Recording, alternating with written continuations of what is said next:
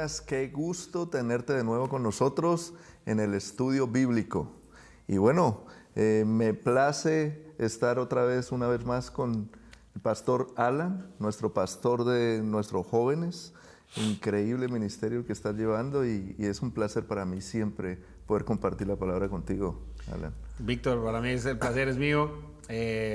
Pastor Víctor es una de las personas que admiro, es una mente brillante y me gusta mucho compartir con él. Y ya hemos tenido varias interacciones en estudio bíblico, así que prepárate porque el día de hoy este capítulo va a estar bastante bueno. Estamos viendo 2 Corintios 10. Excelente, buenísimo. Y 2 Corintios 10, yo quiero hacerles una introducción pequeña de qué es lo que venimos viendo en la carta. Esta es una carta, la 2 Corintios es una carta que hace Pablo, que escribe el Espíritu Santo por medio de Pablo, después de una visita que le toca hacer a la iglesia de Corinto por unos problemas que hay con unos visitantes, unos falsos apóstoles, o como él los llama, superapóstoles, él los llama sarcásticamente, pero falsos maestros que vienen a hablar mal de Pablo, a desvirtuarlo y a traer enseñanzas que no son del evangelio puro que Jesucristo enseñó. Entonces, él les hace una visita que él mismo llama una visita dolorosa, una visita que fue confrontativa, una visita que fue para poner orden y después de esa visita empieza escribe esta carta, 2 Corintios, donde él empieza con un mensaje de reconciliación, un mensaje de perdón a la iglesia y donde él afirma su compromiso con ellos basándose en la unidad que ofrece el evangelio. Yo lo veo como esas veces cuando te regañaba tu papá y te daba una buena regañada, una buena sacudida y después ya se calman las aguas, pasó un momento y ya viene y mira, déjame hablar contigo. O sea, tratando de reconciliar, Sí, de tener ese momento de padre como más, no te quiero solamente regañar, sino te quiero formar y parte de formarte es reconciliar la relación. Exacto. Que no te quedes solamente con el regaño, sino también con el cariño detrás de él. Y es impresionante cómo él arma la carta, porque él la arma en 3 bloques. El primer bloque precisamente es ese. Esa reconciliación después de ese sabor de pronto amargo que quedó de su visita, que él mismo menciona una visita triste. Después el segundo bloque lo enfoca mucho a la generosidad que ya estaba perdida, ¿verdad? Que es el capítulo anterior, precisamente el capítulo 9. Y ahora entramos en el 10, que es donde nuevamente cambia el tono y reta a aquellos de la iglesia de Corinto que todavía están hablando de él o todavía dudan de la autoridad que él tiene como apóstol. Entonces, en esas que estamos hoy, precisamente empezando ese tercer bloque, que es el 10, confrontativo nuevamente o como retante para esas personas que todavía no están totalmente convencidas y que todavía están escuchando a esos falsos maestros, ¿verdad? En ese cambio de velocidad es donde nos encontramos nosotros, ahí mero, como que pum, pum, vámonos. Exactamente, pero aquí estamos y entonces empezamos. Si ustedes por favor en su casa me pueden acompañar leyendo desde el verso 1 y les leo en la Nueva Traducción Viviente, vamos a leer del 1 al 6 y dice: ahora yo, Pablo, le ruego con la ternura y bondad de Cristo, aunque me doy cuenta de que piensan que soy muy tímido en persona y valiente solo cuando escribo desde lejos.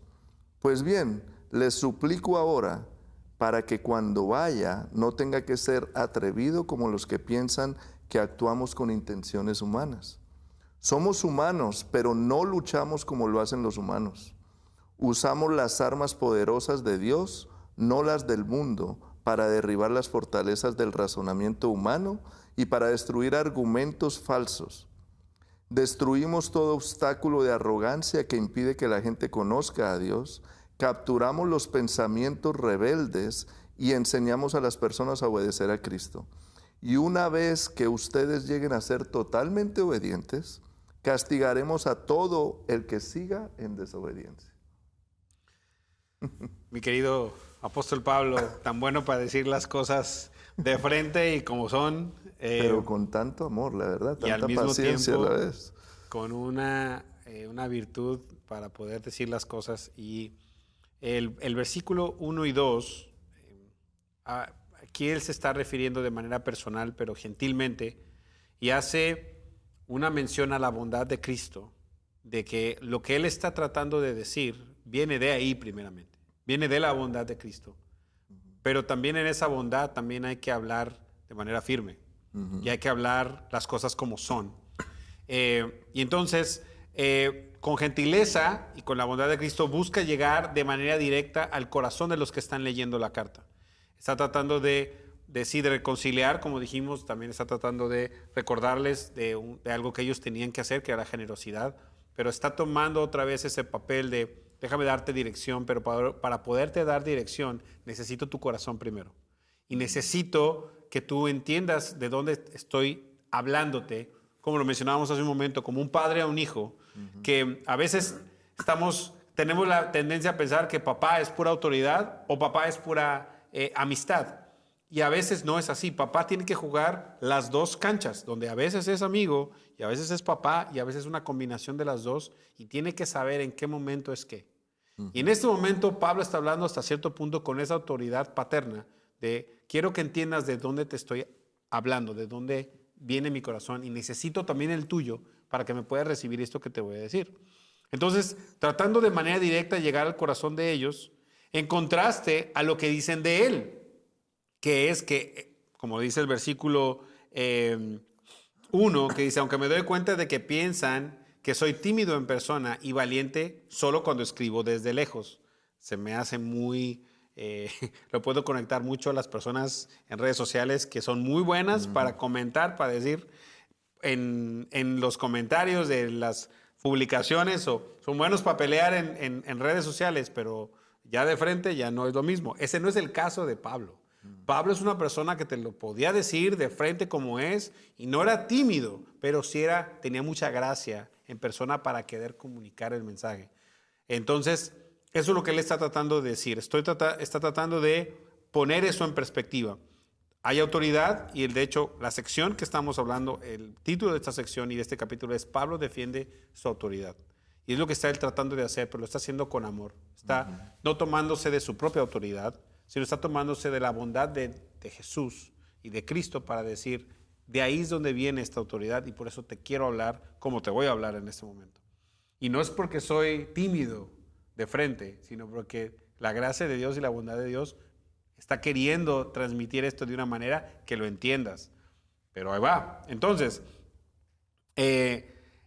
decían algunos que era como que muy bravo en papel, pero en persona no era tanto, y les pide que le eviten tener que ser áspero con ellos en persona, con lo que dice. O sea, básicamente aprendan de aquí de esta carta para que no tenga yo la necesidad de regresar otra vez y tener que verme áspero con ustedes. ¿No? En México decimos, agarre la onda, agarra la onda ahorita para no me evites el cinturonazo o la reprensión o el regaño, para no ser áspero con ustedes. Entonces el versículo 3 dice, somos humanos, pero no luchamos como lo hacen los humanos. Aclara que en efecto él es hombre y que tiene necesidades de hombre y carencias normales, pero la fuente de su misión y de su autoridad y de su llamado no eran humanos, sino son espirituales y eran dados por Dios. Y eso es lo que él está tratando de decir. Somos humanos, pero no luchamos como lo hacen los humanos, o no hacemos las cosas como lo hace el mundo, lo hacemos como lo hace el Espíritu de Dios. Y entonces, después de ese preámbulo, yo creo que da dos versículos que para mí son uno de los versículos más fuertes y más importantes de la Biblia. Y yo creo que como cristianos y como creyentes y como aquellos que llevamos el mensaje de Jesús, eso es algo que es una herramienta para nosotros, es una promesa y es un arma. Y vamos precisamente a esos versículos que dice, usamos las armas poderosas de Dios, no las del mundo, para derribar las fortalezas del razonamiento humano y para destruir argumentos falsos. Destruimos todo obstáculo de arrogancia que impide que la gente conozca a Dios. Capturamos los pensamientos rebeldes y les enseñamos a las personas a obedecer a Cristo. En otra versión dice, llevamos todo pensamiento cautivo a la obediencia de Cristo, es de dominar esos pensamientos. Y es lo que vamos a hablar en este momento.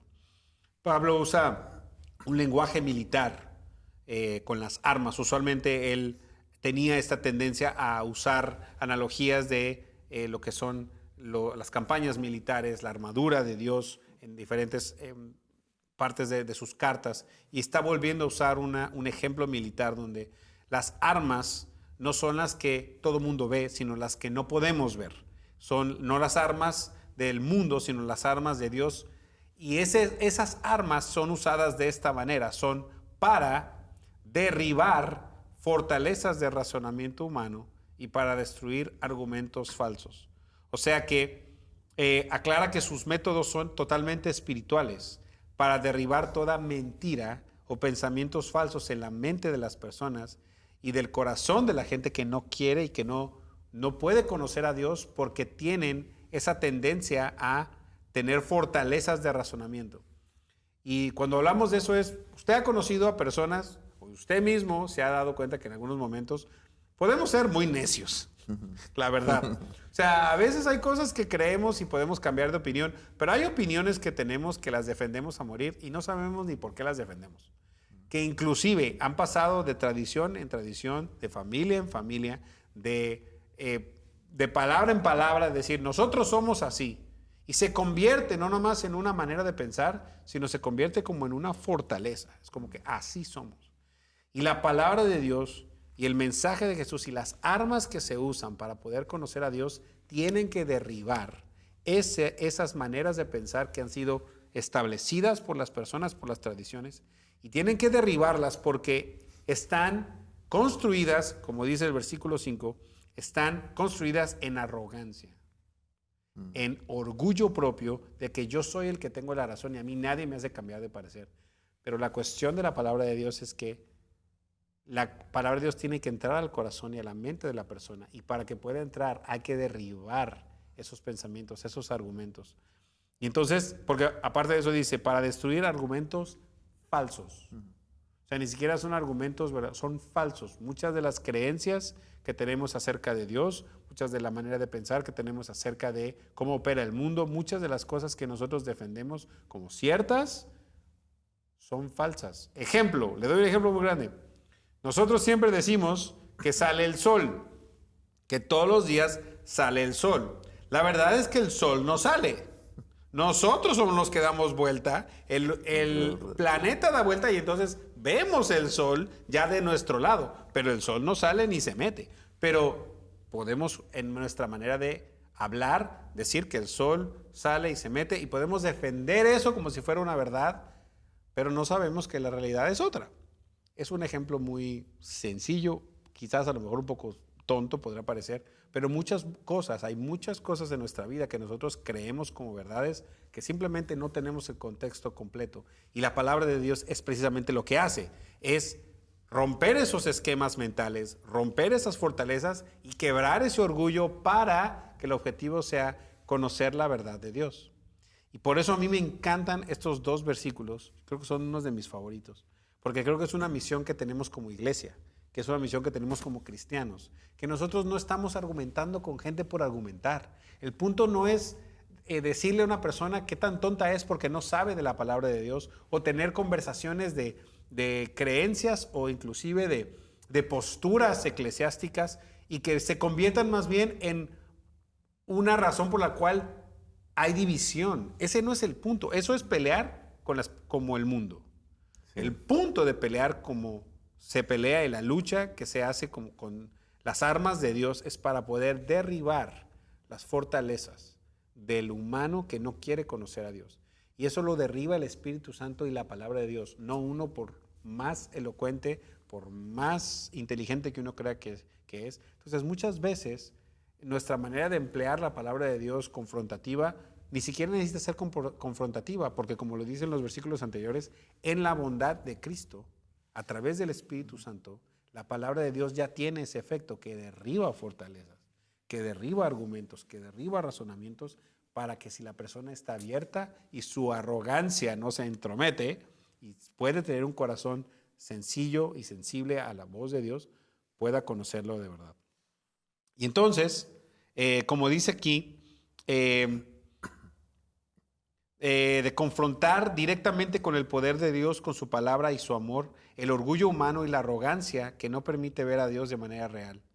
En un comentario bíblico de Matthew Henry dice, el orgullo, la autosuficiencia carnal del hombre pecador y rebelde contra Dios y su palabra. O sea, básicamente eso es lo que estamos tratando de derribar con la palabra de Dios y con las armas espirituales, que es precisamente eso, la palabra de Dios y su Espíritu Santo y la oración y todo eso. Entonces, solo la palabra de Dios, pura, sencilla, directa, de labios de embajador de Cristo, tienen poder mediante la acción del Espíritu Santo para echar abajo esas torres, esas fortalezas que se levantan altivas y poder llevarlas a ser prisioneras y llevar todo ese pensamiento a que obedezca a Dios como Jesús lo obedeció. Por eso es llevar esos pensamientos a la obediencia de Cristo, es básicamente decir, si Jesús, teniéndolo todo, siendo el Hijo de Dios, Dios mismo, creador del universo y de la tierra, se pudo humillar por obediencia, a ese nivel tenemos que llevar nuestros propios pensamientos, donde nosotros lo vamos a dominar de manera que si Jesús pudo hacerlo a través de su Espíritu Santo, nosotros también. Y es para conocer a Dios y la voluntad de Dios. Y el versículo 6 dice, y una vez que ustedes lleguen a ser totalmente obedientes, castigaremos a todo el que siga en desobediencia. Y aquí básicamente Pablo está afirmando de nuevo su autoridad para castigar a quienes sea necesario, pero cuando sean lo suficientemente maduros, obedientes, como dice ahí, para entenderlo y soportarlo. Ejemplo, usted de niño, otra vez el ejemplo de los papás y los niños. Cuando usted era niño, ¿nunca lo regañaron por algo que usted ni sabía que lo estaban regañando? De repente nomás le gritaban y, no, que no sé qué, no hagas eso, no te subas ahí. Y tú así como que, pero yo no, no, porque no sé ni por qué me están regañando. Y eso es precisamente lo que está tratando de evitar Pablo de manera espiritual y paternal, perdón.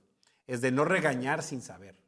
Es decir, cuando ustedes lleguen a una madurez, poderlos corregir de manera para que aprovechen la corrección, para que la entiendan. Si mi hijo, que no entiende que no se tiene que subir a un lado, recibe el regaño antes de la explicación y no tiene la madurez para entenderme, para él solamente fue una gritada, una maltratada. En vez de cuando ya es grande, ya es un poco más maduro y ya sabe lo que es mi voz, de decir, no te subas ahí porque te puedes caer, y se deja explicar, aunque le tenga que corregir, su manera su apertura para recibir eso va a ser mucho mejor que solamente gritando. Entonces es lo que está diciendo él. Quiero que ustedes sean lo suficientemente maduros para que puedan aprovechar y entender la corrección de alguien. Entonces, pues vamos de ahí al versículo 7. Déjame, solo aportó algo ahí y fue tremendo que, además de lo que estás diciendo, que es buenísimo, también le da la forma de identificar, como lo dice el verso, quiénes son los que realmente dejaron ese orgullo y esa forma de pensar mundana. Claro. Y quiénes no, para poder él saber e identificar a quién atacar o a quién es que él tiene que confrontar. Como lo dice ahí, no tenga yo que llegar a esa visita, ¿verdad? Y hacerlo. Además de eso, pienso yo que es con ese amor, como tú lo dices, con esa bondad, para poder llegar mostrar esa verdad y derribar esa fortaleza. Ahora, la responsabilidad en nosotros que queda es prepararnos. Claro. Es estudiar. El Espíritu Santo está con nosotros y todo, pero de nada sirve si nosotros no nos preparamos tampoco y no conocemos la palabra. ¿Cómo vamos a tener una buena conversación con una persona que de pronto viene con argumentos y fortalezas del mundo, con pensamientos del mundo? Es la responsabilidad nuestra. La responsabilidad nuestra es precisamente, como lo estás haciendo tú a través de este video, crecer en la palabra, estudiar la palabra y entender cuál es el mensaje, cuál es la misión, la visión que tiene Dios a través de ese mensaje. ¿Qué es lo que Él quiere hacer y qué quiere llegar a hacer a través de esa palabra para derribar esas fortalezas? ¿Verdad? Esa es la parte nuestra. Y depender del Espíritu Santo, de que cuando nos esté usando podamos hacer llegar esa palabra correcta, pura, con un evangelio puro, como Él lo quiso hacer.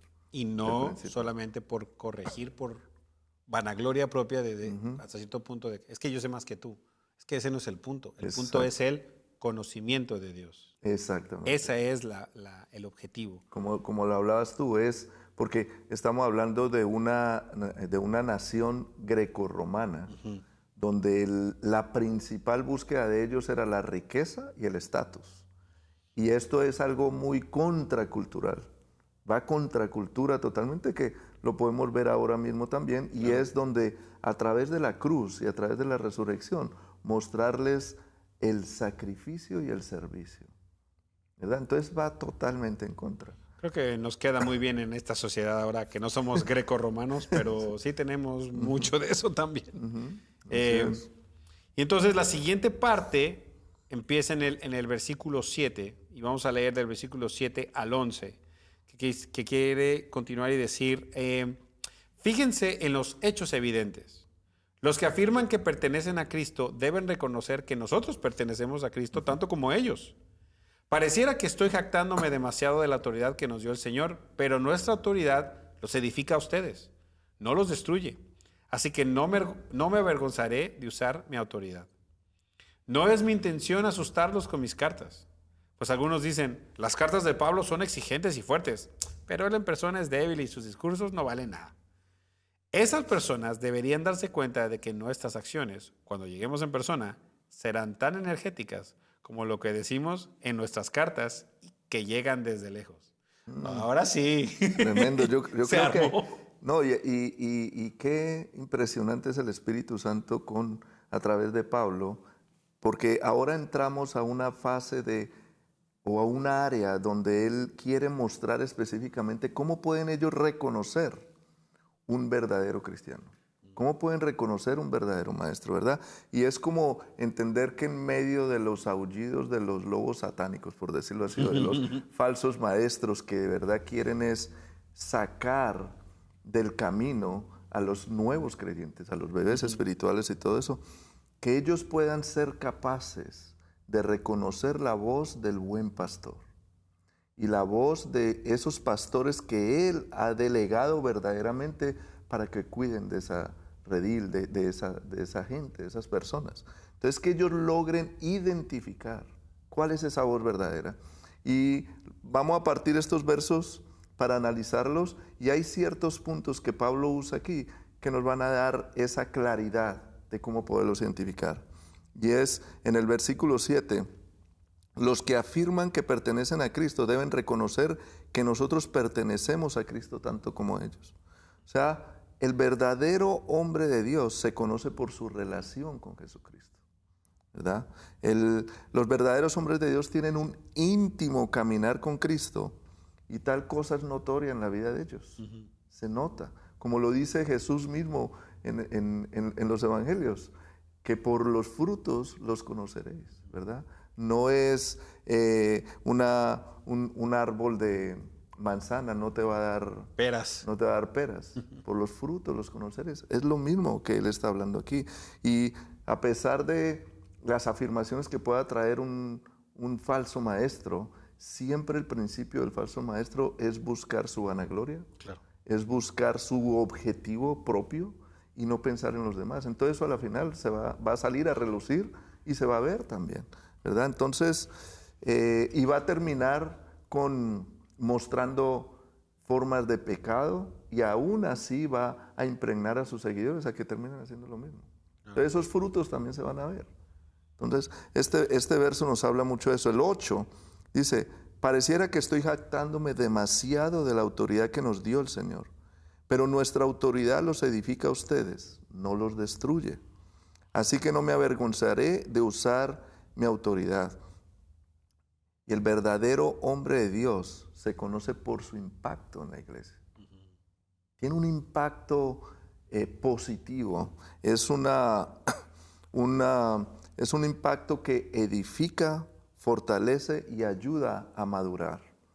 Entonces, si nosotros vemos precisamente todo lo que muestra las diferentes cartas y lo que muestra Hechos de todo el testimonio de Pablo, vemos algo constante y algo continuo en la vida de él, y fue un cambio total y rotundo.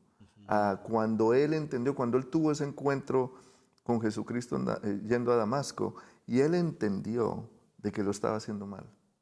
Él cambió totalmente. Y el esfuerzo que lo vemos a través de sus cartas, el esfuerzo que él hizo en plantar todas estas iglesias, en edificarlas, en pasar tiempo con ellos para formar, discipular, creó un efecto tan positivo que hay un testimonio vivo, un testimonio verdadero, que los mismos apóstoles verdaderos lo repartían en la iglesia, lo podían respaldar. Era algo genuino y algo que se podía ver, algo que no se podía tumbar por unos falsos maestros que venían a hablar mal de él, ¿verdad? Claro. En el versículo 9 dice, no es mi intención asustarlos con mis cartas. Y el verdadero hombre de Dios se conoce por la compasión con las personas. O sea, él cuida aquí con ternura para que ellos entiendan de que no es que los está regañando por regañar o por dar vara nomás. O por dominar. O por dominar o por querer ejercer una autoridad mundana. No. Él no quiere asustarlos. En la búsqueda de él, en la obediencia que espera de ellos, es más bien con un objetivo de llevarlos a un verdadero arrepentimiento para que puedan disfrutar los beneficios de la salvación. Claro. O sea, es algo tierno, es algo con un fruto bueno y con un objetivo correcto, ¿verdad? En el versículo 10 dice, pues algunos dicen, las cartas de Pablo son exigentes y fuertes, pero él en persona es débil y sus discursos no valen de nada. Wow. Aquí podemos decir que el verdadero hombre de Dios se conoce por su desprecio a los métodos mundanos. No es una persona que se apega a esos métodos mundanos. Y los falsos maestros trataron en su crítica a Pablo fue de tratar de quitar esa autoridad, de disminuir el impacto tan maravilloso que él había tenido cuando los alcanzó para Cristo y hacerlo ver como una persona débil. Y se aprovechó precisamente, como lo hablábamos antes, de esa cultura que le importaba mucho el estatus, le importaba mucho una elocuencia manipuladora, puede decirse, porque era lo que ellos los llevaba a tener un estatus más alto dentro de la población. Claro, y estamos hablando de una sociedad donde no todos tenían un nivel de educación muy alto. En ese tiempo no todo el mundo iba a la escuela, la gente común no iba a la escuela, no todos sabían leer, y los que sí sabían leer o los que sí tenían esa habilidad de hablar era que tenían dinero. ¿Por qué? Porque habían tomado, no cursos, pero oratoria, habían ido, tenían cierta educación más allá de los otros. Entonces eso era más fácil de impactar y por eso también era más fácil también de decir, no, es que ellos sí son comunicadores de veras. Y porque Pablo también, del mensaje de Pablo no era traer atención a él, era siempre traer atención a Cristo.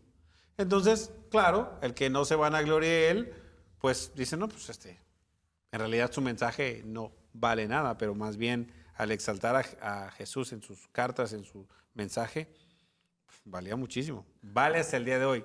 No nos acordamos de toda esa gente que está, de los superapóstoles, nadie se acuerda. Aquí está. Por sus frutos los conoceréis. Y algo increíble que sucede es que él tiene unas herramientas maravillosas porque él aplica la palabra y las enseñanzas de Jesucristo al pie. Él trata de ser tan fiel con ese evangelio nuevo que él recibe, tanto como lo era antes con la palabra que aprendió cuando era fariseo, claro. ¿verdad? De esa trascendencia. O sea, tan fiel se vuelve así que, por ejemplo, él en la carta lo menciona, los alcanza pagándose todo de su propio trabajo.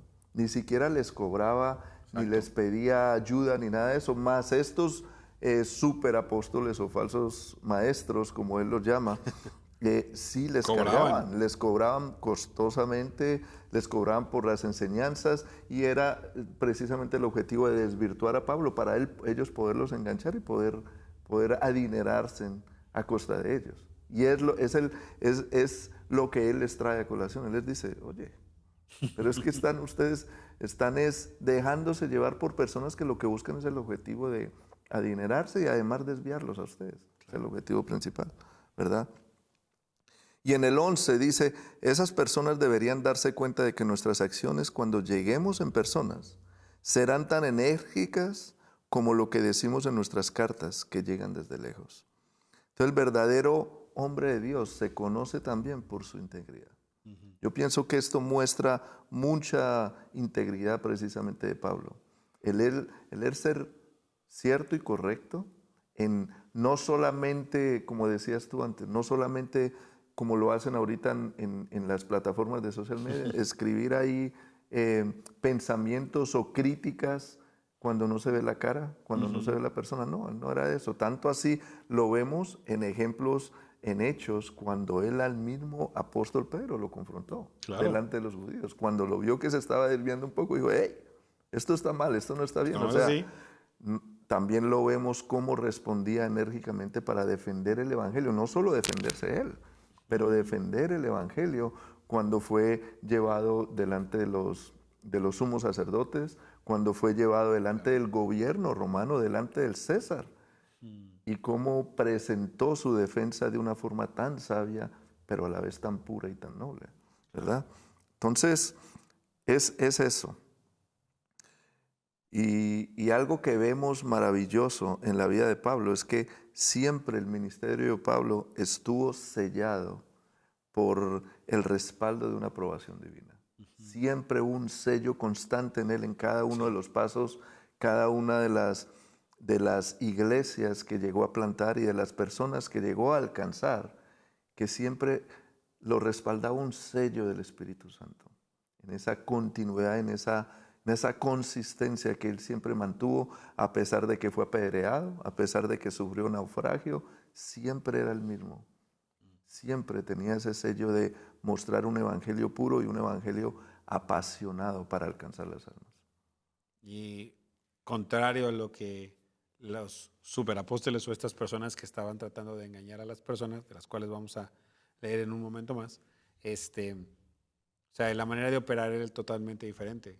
Y esa diferencia hacía que algunos se confundieran pensando como que, bueno, pero él no cobra, él no tiene tanto dinero, él trabaja por sus propias cosas, como que ese estatus no lo tenía también. Pero Pablo se podía dar al tú por tú con cualquiera de ellos, por formación, por llamado, por la experiencia que tuvo con Jesús, por el cambio radical que dio en sus vidas y por el respaldo de Dios y de la iglesia, de los apóstoles que estuvieron con Jesús y que la iglesia que lo apoyaba y que le iba como emisario al mundo gentil, o sea, los que no eran judíos, y el impacto que tenía y las iglesias que se formaban y la manera que era para formarlas. O sea, básicamente no necesitaba una carta no necesitaba comprobar su autoridad, pero en amor lo hace.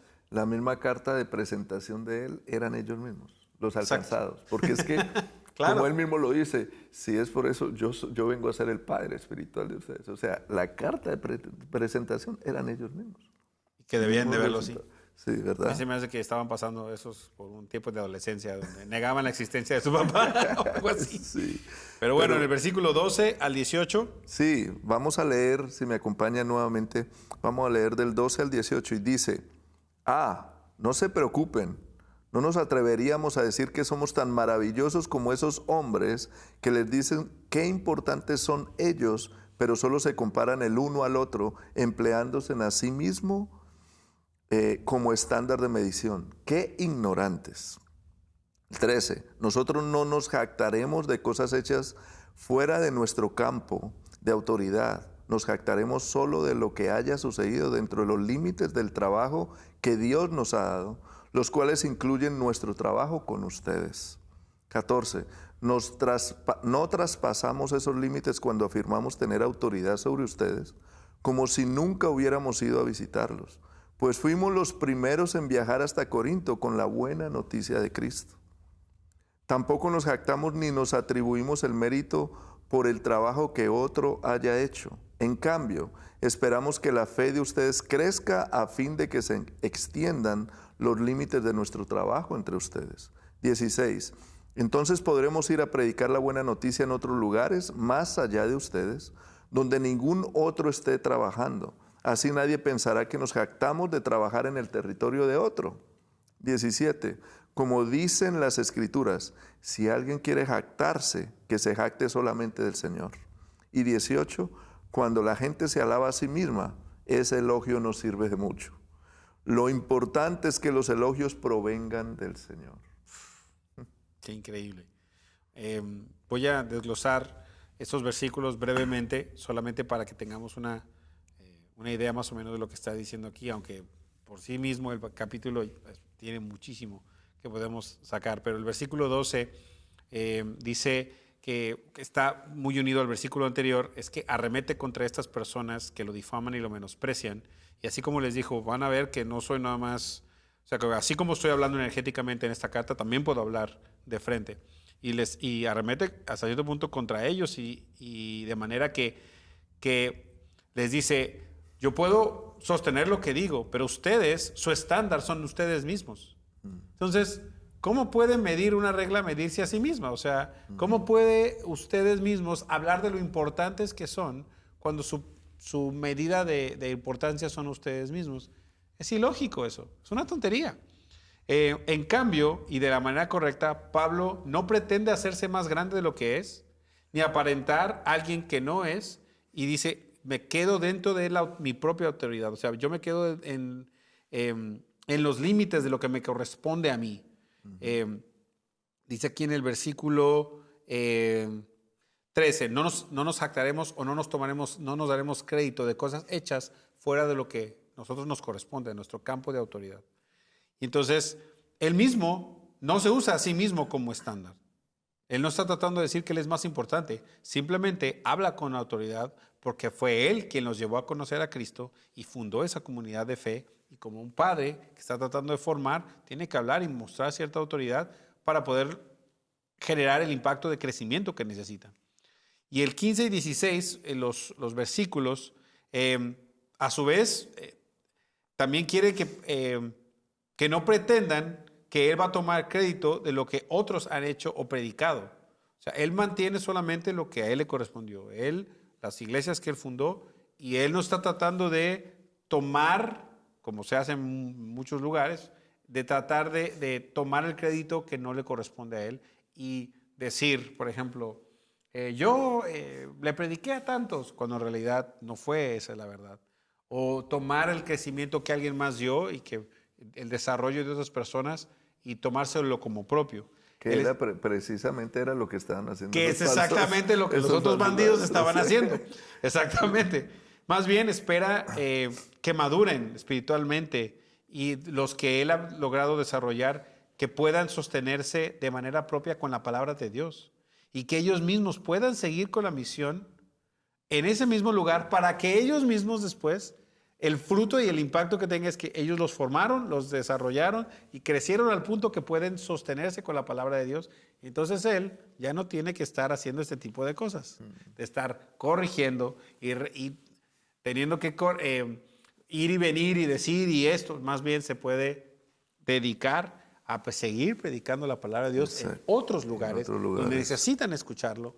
Y entonces él lo que quiere es que crezcamos como iglesia. Cada quien madure, obedezca a Dios, nútrase de la palabra y adelante, sigamos predicando, pero yo necesito continuar y seguir. Así es. Y el versículo 17 dice, pero regresa a la misión fundamental de todo. Con las palabras del profeta Isaías, del capítulo 9, versículo 24, que es si alguien se va a jactar, que se jacte de Dios mismo, que se dé la gloria a Dios solamente de todo y por todo. O sea, aquí el que sale a relucir otra vez no es él.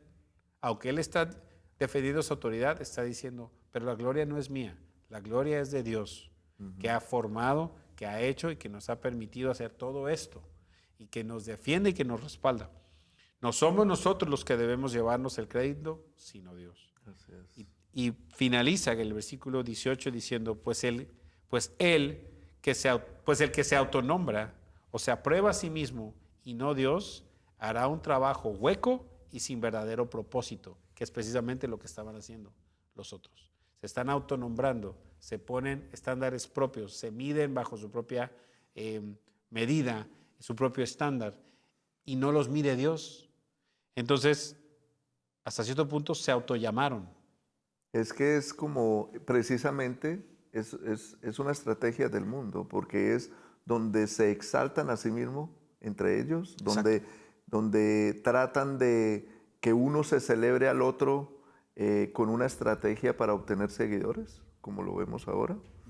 Pero realmente lo que nos muestra la carta y lo que Pablo nos está diciendo es que cada uno más bien recibamos el yugo de Jesucristo para siempre apuntarlo a Él.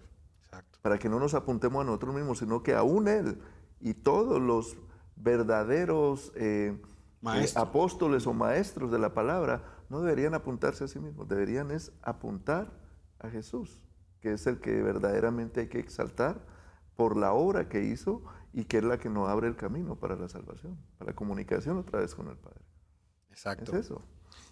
Termino con esta frase del mismo Matthew Henry, del comentario bíblico que les comenté, que dice: entre todas las adulaciones, la autoadulación es la peor.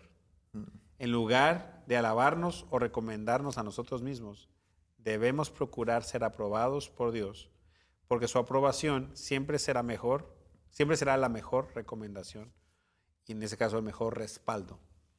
Entonces, a mí me quedó, esa frase la puse aquí porque creo que subraya básicamente lo que está diciendo el versículo 18. No necesitan ellos aprobarse a ellos mismos. Cuando la gente se alaba a sí misma, ese elogio no sirve de mucho. Lo importante es que los elogios provengan del Señor. Tremendo, increíble, qué bueno, qué buena capítulo el que es 2 Corintios 10. Qué buen capítulo, y quiero cerrar y leerles algo que me impactó mucho de MacArthur para cerrar y para amarrar todo esto, y es algo que nos hace pensar en lo que estamos viviendo hoy también, que aplica totalmente a toda esta enseñanza del capítulo 10, y es: la iglesia de hoy enfrenta el mismo reto de siempre: separar a los predicadores verdaderos de los engañadores falsos. La historia triste de la credulidad de los corintios se ha repetido a lo largo de todos los tiempos, cuando los creyentes carentes de discernimiento caen por las mentiras de los falsos maestros. El resultado es que hay iglesias, instituciones educativas y denominaciones por todo el mundo que han abandonado la verdad bíblica. Los corintios deberían haber tenido la capacidad de diferenciar entre los líderes espirituales verdaderos y los falsos, al igual que la iglesia de hoy también. Los verdaderos hombres de Dios no están por el espectáculo, no intimidan a los demás, no buscan promocionarse, valoran la verdad lo suficientemente para no tolerar el error, buscan imitar la mansedumbre de Jesucristo, tienen una perspectiva alta de las Escrituras y predican el Evangelio puro y no adulterado. Están satisfechos con ministrar donde Dios los puso, llevan vidas consecuentes con sus enseñanzas, no se quedan con el crédito del trabajo del resto y buscan la gloria eterna de Dios y no el aplauso temporal. Qué manera de resumir todo esto, la verdad. Y bueno, una vez más te agradecemos que estés acompañándonos. Queremos orar y cerrar este momento con una oración. Y gracias una vez más por acompañarnos en este gran capítulo. ¿Quisieras orar? ¿Me permites orar? Sí, claro que sí. Gracias. Padre amado, yo te doy gracias, Señor. Gracias por esta maravillosa audiencia. Gracias, Señor, porque sé que a través de esta herramienta tú alcanzas a aquellos que tú has ya escrito desde antes de los tiempos para que reciban una buena palabra tuya, para que sean edificados, Señor. Te pido, amado Rey, porque puedas derramar con esto discernimiento, Señor, para que puedan ellos entender los verdaderos predicadores, los verdaderos maestros que tú has escogido para que sean los correctos en enseñar tu palabra, Señor, y que ellos puedan discernir, que puedas tú derramar discernimiento correcto para que ellos puedan evaluar y diferenciar un verdadero maestro, un verdadero predicador de uno falso. Te pido, Señor, que asimismo esta enseñanza trascienda y que puedan continuar con nosotros también en el capítulo 11. Los esperamos.